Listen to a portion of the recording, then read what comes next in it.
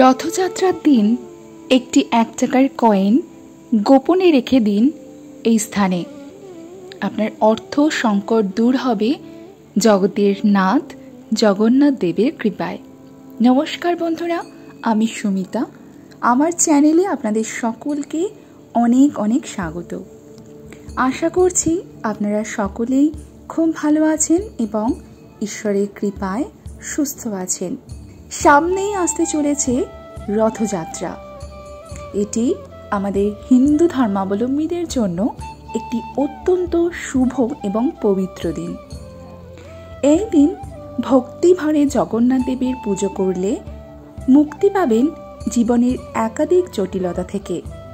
এছাড়াও আপনার জীবনে আর্থিক সংকট থাকলে তা থেকেও আপনি মুক্তি পাবেন।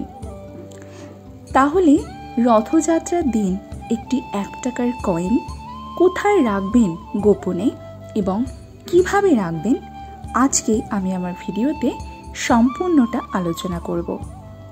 তাহলে চলুন বন্ধুরা, ভিডিওর মূল পর্বে যাওয়া যাক।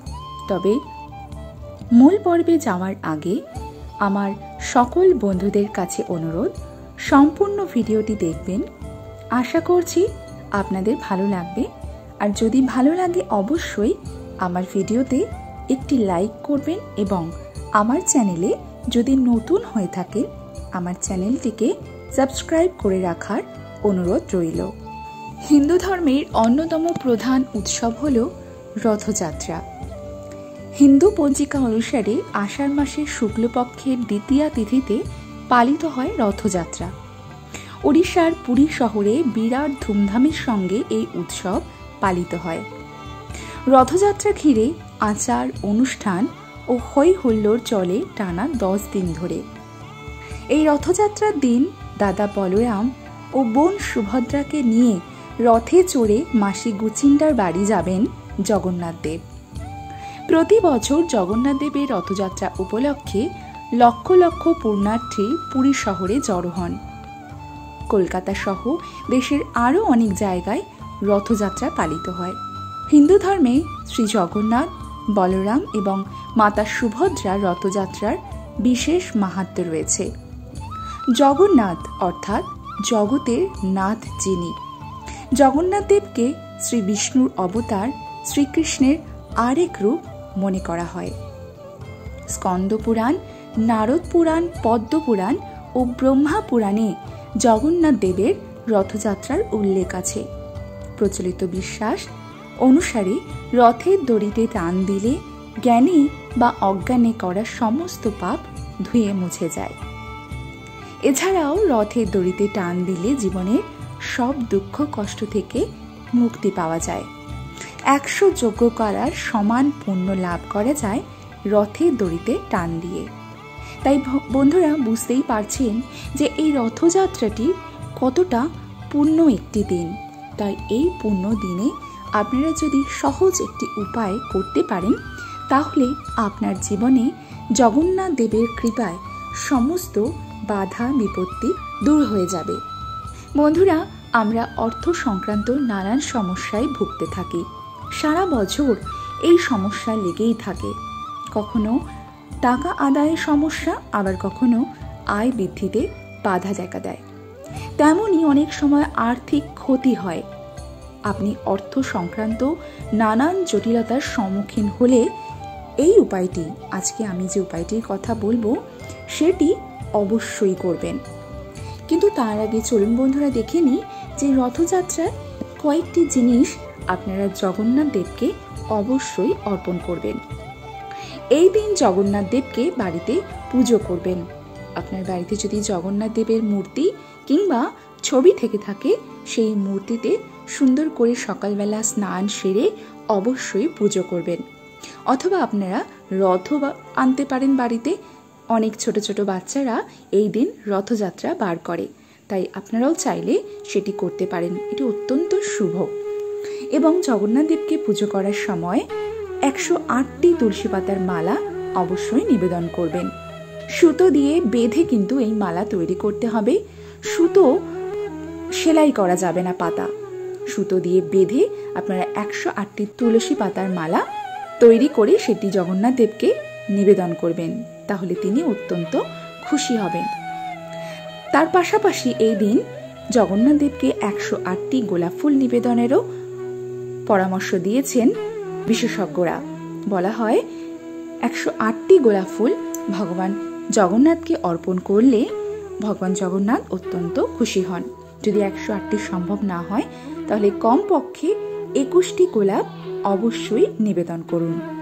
এছাড়াও আপনারা একটি হলুদ কাপড়ের মধ্যে 11 রকমের ফুল, 11 রকমের ফল এবং 11টি 1 টাকার কয়েন জগন্নাথ দেবকে অর্পণ করতে পারেন। এতে আপনার জীবনের সমস্ত বাধা বিপত্তি কেটে যাবে। তাছাড়াও এই দিন বলা হয় গঙ্গা নদীতে স্নান করা অথবা কোনো পুণ্য নদীতে স্নান করা অত্যন্ত শুভ। সেক্ষেত্রে আপনারা এই পুণ্য স্নান রথের দিন কিন্তু করতে পারেন। তারপর জগন্নাথ দেবকে ফল, মিষ্টি সমস্ত কিছু দিয়ে এই দিন প্রসাদে গজা অবশ্যই রাখবেন। গজা জগন্নাথ দেবের অত্যন্ত প্রিয় একটি ভোগ। সমস্ত কিছু দিয়ে সুন্দর করে জগন্নাথ দেবকে পুজো দেবেন এবং আরতি অবশ্যই করবেন।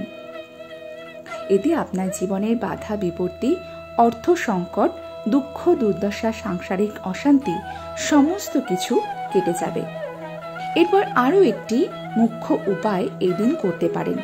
সেটি হলো রথযাত্রার দিন জগন্নাথ দেবের সামনে একটি পিতলের বা তামার পাত্র নেবেন, অথবা যদি পিতলের তামার কিছুই আপনাদের পাত্র না থাকে একটি পান নিতে পারেন। পানটি খুব সুন্দর করে ধুয়ে মুছে নেবেন। তার উপর দেবেন কয়েকটি জিনিস। সেগুলি হলো একটু আতপ চাল, তার সাথে 1 টুকরো হলুদ, একটি কড়ি এবং একটি 1 টাকার কয়েন। 1 টাকার কয়েনটি বাজার চলতি হতে হবে। ফুল সহযোগে এই সমস্ত জিনিসগুলি জগন্নাথ দেবকে এদিন অর্পণ করবেন এবং এই জিনিসগুলি জগন্নাথ দেবের চরণের কাছে রেখে দেবেন। এই জিনিসগুলি এখানেই থাকবে উল্টো রথ পর্যন্ত। উল্টো রথের পর এই সমস্ত জিনিসগুলি আপনারা একটি মন্দিরে দান করে দিন। উল্টো রথের দিন এই কাজটি করবেন। যে কোনো মন্দিরে গিয়ে সমস্ত জিনিসগুলি দান করুন। দেখবেন আপনারা ফল হাতে নাতে পাবেন। এছাড়াও যদি আপনাদের দান সম্ভব না হয় তাহলে এই সমস্ত জিনিসগুলি একটি হলুদ কাপড়ে মুড়ে আপনাদের যেখানে আপনারা টাকা রাখেন সেই জায়গায় রেখে দিতে পারেন জগন্নাথ দেবের আশীর্বাদ হিসেবে। আপনার জীবনে সুখ শান্তি ফিরবে, অর্থের বন্যা বয়ে যাবে। তাহলে বন্ধুরা, আশা করছি আজকের ভিডিওতে আমি আপনাদের জানাতে পারলাম যে রথের দিন কোন উপায়টি করলে আপনার জীবনের বাধা বিপত্তি কাটিয়ে আপনারা সুখে জীবনযাপন করতে পারবেন। এবং এই উপায়টি করার সময় কিন্তু অবশ্যই গোপনে করবেন, যেন কেউ কারো গোচর না হয়, অর্থাৎ সবার অগোচরে গিয়ে এই উপায়টি আপনি করবেন। তাহলে বন্ধুরা, আশা করছি আজকের আমার ভিডিওটি আপনাদের ভালো লেগেছে এবং একটু হলেও আপনাদের উপকারে আসবে।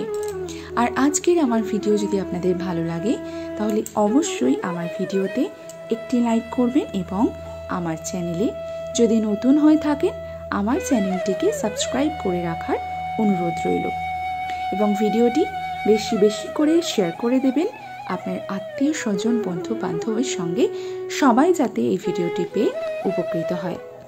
তাহলে বন্ধুরা, আজকে ভিডিওটি আমি এখানেই শেষ করছি। আবারও দেখা হবে আপনাদের সঙ্গে নতুন কোনো একটা ভিডিও নিয়ে খুব শিগগিরই। ততক্ষণের জন্য আপনারা সকলে খুব ভালো থাকবেন এবং ঈশ্বরের কৃপায় সুস্থ থাকবেন।